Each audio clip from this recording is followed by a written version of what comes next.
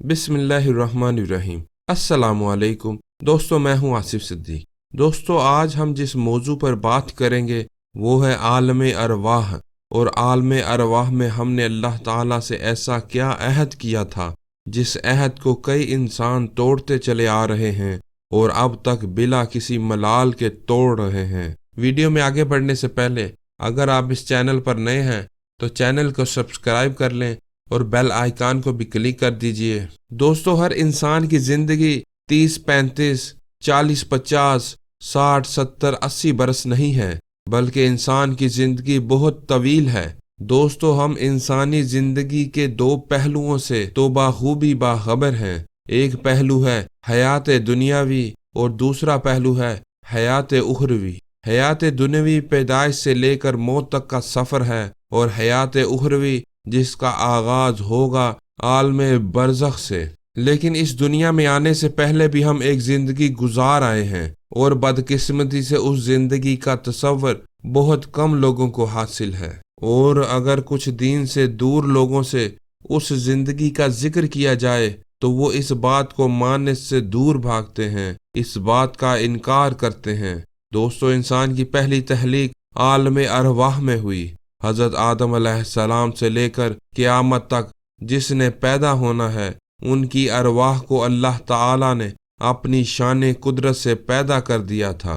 और फिर अल्लाह ताला ने एक अजीम शान इज्तिमा किया और हज़रत आदम अलैहिस्सलाम की पुश्त मुबारक से तमाम रूहों को निकाला जो कि क़यामत तक इस दुनिया में पैदा होने वाले थे। वो लश्करों के लश्कर थे, झुंड के झुंड थे और वो रूहों की शक्ल में थे। ये मिट्टी से बने जिस्म नहीं थे। और इन तमाम अरवाह को हज़रत आदम अलैहिस्सलाम के सामने लाया गया और अल्लाह ताला ने उन तमाम अरवाह से कलाम किया और कलाम करके फरमाया, अलस्तु बिरब्बिकुम, क्या मैं तुम्हारा रब नहीं हूँ? जवाब दो। सब अरवाह ने सरे खम तस्लीम किया और कहा, कालू बला शाहिदना, हाँ बारी ताला तू ही हमारा रब है। और सब ने अल्लाह ताला की रबूबियत और वहदानियत का इकरार किया। और अल्लाह ताला ने तमाम मलाइक को गवाह बनाया और मलाइक ने कहा कि हम गवाही देते हैं इनके इकरार पर और क़यामत के दिन भी हम गवाही देंगे कि क़यामत के दिन ये अरवाह ये ना कह सकें कि हम इससे गाफिल रहे, हमें इसका पता ही नहीं था। और ये क़यामत के दिन इस बात का बहाना नहीं बना सकेंगे कि बारी ताला हमें तो इस अहद का पता ही नहीं था। और हज़रत मोहम्मद मुस्तफ़ा सल्लल्लाहु अलैहि वसल्लम की हदीस मुबारका है कि ये जो गवाही ली गई थी वो ये थी कि तू मेरी वहदानियत पर ईमान रखेगा और मेरे साथ किसी को शरीक नहीं ठहराएगा।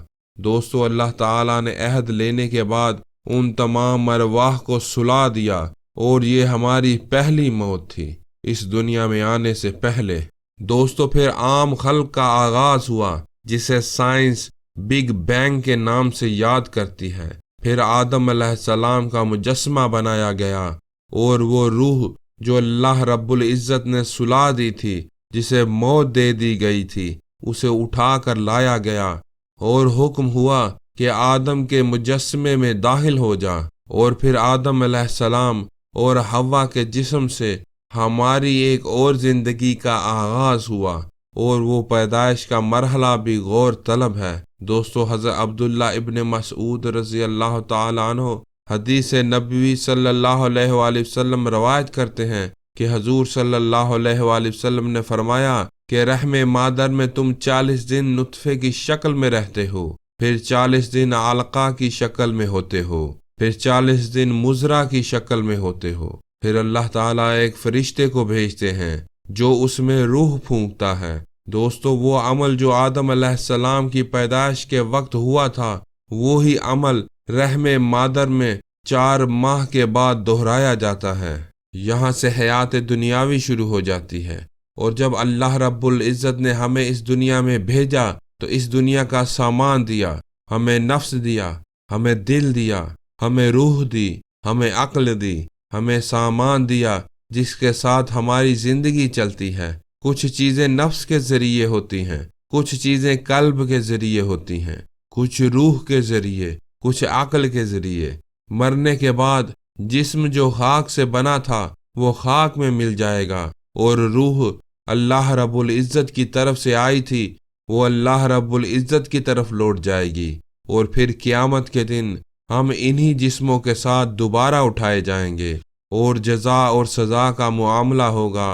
اور ہم نے جو عہد عالم ارواح میں اللہ رب العزت سے کیا تھا اس کے بارے میں پوچھا جائے گا، اور جنہوں نے اس عہد کی پاسداری کی ہوگی انہیں جنت میں بھیج دیا جائے گا، اور جنہوں نے عہد شکنی کی ہوگی انہیں جہنم میں ڈال دیا جائے گا۔ سورہ مومن میں اللہ تعالیٰ ان لوگوں کا حال بیان فرماتا ہے کہ وہ کہیں گے کہ اے اللہ، تو نے ہمیں 2 مرتبہ مارا، 2 مرتبہ زندہ کیا، تو 1 مرتبہ اور سہی۔ وہ کہیں گے کہ یا اللہ، یہاں سے نکلنے کا کوئی راستہ بھی ہے کہ نہیں؟ اے اللہ، تو ہمیں اتنے مراحل سے لے کر آیا ہے، 1 موقع اور دے دیجئے، مگر اس کے بعد انہیں وہیں رہنا پڑے گا۔ اسی کے ساتھ اجازت چاہوں گا، پھر حاضر ہوں گا نئی معلومات کے ساتھ۔ اپنا خیال رکھیے گا۔ اللہ حافظ۔